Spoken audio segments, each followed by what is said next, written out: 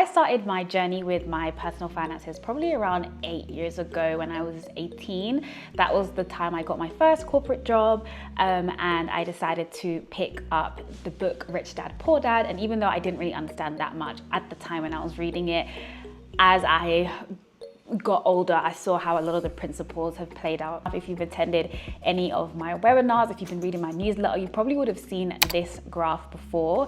And this is basically what I like to call the wealth path, like the journey to financial freedom. So the first stage is financial stability, then financial independence, and then eventually financial freedom. I do separate financial independence and financial freedom because I think they're two different things. So the first stage, financial stability, that's to me is all about just making sure that you have a good job, or a job that is able to cover all of your needs, but then also allow you to cover some of your wants and maybe also have a good level of savings. And that was something that for me, I was able to do with my first job. My first job was in banking in London. So I came out of university on a pretty high salary and I was living at home in London, and so I was able to save a lot and have a good level of financial stability. One of the most important things about the financial stability stage is the ability to own your money, manage your money. That's when you really start building the habits, because there are a lot of people who have good jobs, who earn a high salary and aren't able to manage their money and still end up living paycheck to paycheck because of a lot of mismanagement of their money, which is why I did the webinar Own Your Money, which is all about like the basics of personal finance when you first start your job. I'll leave the link in the description box if anyone is interested. But I also feel like this is the stage that most people get to and most people stay in. So the next stage of the wealth path is financial independence. Now, the way I like to define financial independence is, or the way a lot of people define it as well, is when your passive income is able to cover your fixed expenses, whatever it is that you need to survive. You can function independently of a job. And I was able to achieve that mainly with income from property investing. I don't know if I've done that many videos on my channel. Probably earlier on in my channel, I've done a lot more videos on property investing, but I do have like 2 courses that cover property investing, which you can see in the description box below. This year, I really got to enjoy the benefits of financial independence. But to be honest, I actually did enjoy it even in my last year, so 2023. At that point, I knew that, okay, I've got enough passive income to cover my expenses. And even though I was still working, because I was still very early in my career, there's a different sort of confidence that you can have at a job when you have financial independence. There's a different way that you show up when you know that you're not reliant on, your manager. Like, people can't dangle a job over your head. Do you know what I mean? Like, I've seen that a lot, especially when I was in Dubai as well, because we had a lot of people coming from different countries. I kind of saw this, and it's never explicitly said, but that kind of feeling of like, you do what we say and you don't contest what we say, because if not, I think a lot of managers, people do, which is such a bad thing to do, but they kind of dangle your job over your head, right? Like, you perform or you do as we tell you to do. Otherwise, I will remove your source of livelihood. And I think that obviously that's a risk. We all know that. We all know that that is a risk. Having one stream of income in general is a financial risk, regardless of where that income stream comes from. But yeah, the point I was trying to make is that even last year, having that financial independence, the confidence that I had going into a job, I did not stand for nothing, you guys. I was very, very, very vocal about things that I liked, things that I didn't like. When I wanted to go on holiday, I was not that person who was like, oh, I'm gonna sacrifice going on holiday so I can please my manager. Earlier on this year, I decided to leave that job in Dubai because it was a great experience. It was one of the best decisions that I've made, relocating to Dubai. But that specific that specific job, I would say, probably even that specific company as well, I didn't really feel like it was for me. So I was just like, you know what, I don't have to be here. I waited till the end of one full year, because when you relocate to another country, when a company brings you to another country, there's a lot of expenses that they have to pay to get you out there. And so usually they will have a minimum requirement that you have to stay. And if you leave before that, then you have to pay them back a certain part of the cost that they brought you out there. So I was like, I'm not paying you back nothing. So I waited, I did the full year, took my bonus, and then I bounced. And now I am, still even enjoying that financial independence a little bit more. I also have location freedom and location independence now. So if you are new here, I am always in between I wouldn't say, I'm in between 3 countries at the moment, just building life and living life on my own terms. So now I'm finally entering into one of the final stage of this wealth path, which is the journey towards like true financial freedom.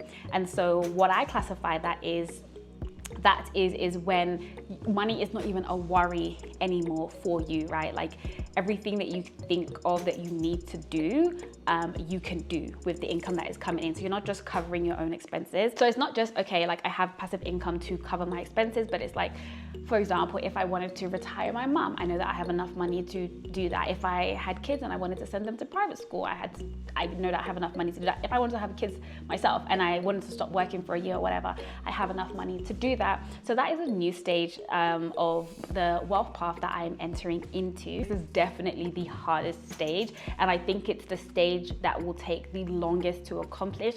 So I feel like I'm not in a rush as much, and I wasn't necessarily in a rush for the first 2 stages anyways, but I was probably maybe a little bit more like, I knew that I could do it faster if I did certain things, whereas at this stage I know that I can't rush it, right? Like there's a lot that goes into it. But one of the things that I'm really happy about is I'm so happy that I did things in these stages, because you don't necessarily have to, right? There are people who, let's say for example, they come out of uni and they go straight to working on like building a business, right? And they don't have financial stability because they're in the grind. They don't have financial independence because they don't yet have any passive income that's coming in yet, and they go straight towards trying to work towards financial freedom, trying to build this big company or whatever, and it works out for them. And then after that they go ahead and get the assets, and after that they're able to achieve some level of financial stability, and I think that's great, and I'm so happy for people who are able to do that. But I think for me, that would be a lot harder to do, especially as someone who doesn't come from a background where there is financial security. I am my own financial security, so I had to build that beforehand so that I know that in my worst case scenario, my current situation is my worst case scenario. Literally, a luxury apartment that is paid off in cash, and I have passive income able to cover the expenses that I need to be able to stay here. So this is my worst case scenario. And for me, that then puts me in a much more comfortable position to then try to work towards financial freedom before my 20s, to spend that time acquiring assets, because then like when I shift my focus to, let's say, building a business, I still know that I have assets that are working for me. And if you know anything about wealth, like wealth just begets wealth. Like you don't even have to do anything for it to compound in and of itself. That's just how the world works, and that's why that's why it is as unfair as it is. In this final stage, it says final stage like I'm almost there. Like I know this is gonna take a long time, because it does take a long time to get a business going or whatever. But for me, from everything that I've learned about money and finances, this final stage, one of the hallmarks of it is probably going to be ownership and scalability. And so that's what I'm going to be focusing on for the next couple of years. I don't know how the journey is going to go, but I know that that is the best way to get there without waiting till you're 60 or 70 and you've slaved away at a company for 40 years. That's not the way that I want to get there. Also, like just focusing on creating value whilst leveraging all of my unique specific knowledge and unique talents. One of the major things that I've learned since I've quit my job is that you literally cannot rush this stage. You really don't know. Like there are people who have achieved a certain level of financial freedom after like 10 years of building their business, 5 years of building their business. And for me, it's like nothing to do with like social media, like this stuff that you guys see me doing now. This is a hobby for me. This is not what I would want to help me get to financial freedom, because I just feel like social media is so fallible, and is that a word? Fallible, it's fickle, very fickle, very up and down, very wishy-washy. It's not my way of like trying to build wealth at all. And I know that people do it, but I think there's a lot of luck and a lot more hard work that is involved in.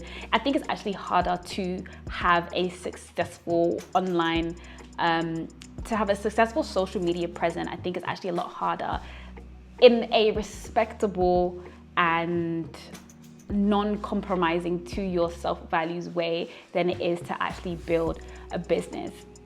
Yeah, I think successful businesses, whilst even marketing is still important, but creating value is one of the most important things. So yeah, I'm new to this game, very, very new to this game. And I know that this journey is going to take me up and down, and you know, I can only imagine what the journey is going to look like going forward, but it's fun. I am trying to do things in a way now that is more focused on like slow productivity. I think that's the way, because I actually can't rush this stage. Like, I can't. So now I'm like more focused on having a longer term vision towards what I want to do, a longer term vision towards how I want to build a business, the value that I want to create, etc. So anyways, I just wanted to give this little update to my channel. And this is, you guys will also probably see or have noticed already, a little bit less personal finance content, just because I genuinely feel like I've said everything that I have wanted to say. If you have, you know, if you attended the Own Your Money webinar, if you attended the first time buyers webinar, and if you have completed my course as well, that is like everything to me that has got me up until this stage. And there's not that much I can teach or share about a stage that I have just started myself. And I feel like even for the things that are in the Own Your Money webinar, the first time buyers webinar, in the course, a lot of those principles, I feel like I'm just at the point now where I just have to live it out. Like, I know, like 10 toes down on the things that I have taught and spoke about in those webinars. But then one of the most important components of this whole journey when it comes to building financial freedom, etc., is time, because time allows for compounding, and that is literally the magic of like investment, taking care of your finances. I think you won't even really see the impact of like investing in property, investing in the stock market, all of that stuff, until like 10, 20 years down the line, and you start comparing yourself to people who didn't do that, and then you will see how vastly different your life is. So I feel like I've said everything that I have to say, and now I'm just going to continue living out the things that I have said. And then, you know, maybe every now and again when there's a hallmark, I'll come back and maybe update you guys or talk about it. In my newsletter though, I still will and have been, I've like done newsletters now for the next 5 weeks. They're all scheduled out now so I can stay on top of it. And in there I will be speaking about finances a little bit more here and there. But yeah, I guess this is a little bit of a wealth building update video. I hope you guys enjoyed it, and I'll see you in my next one. Bye.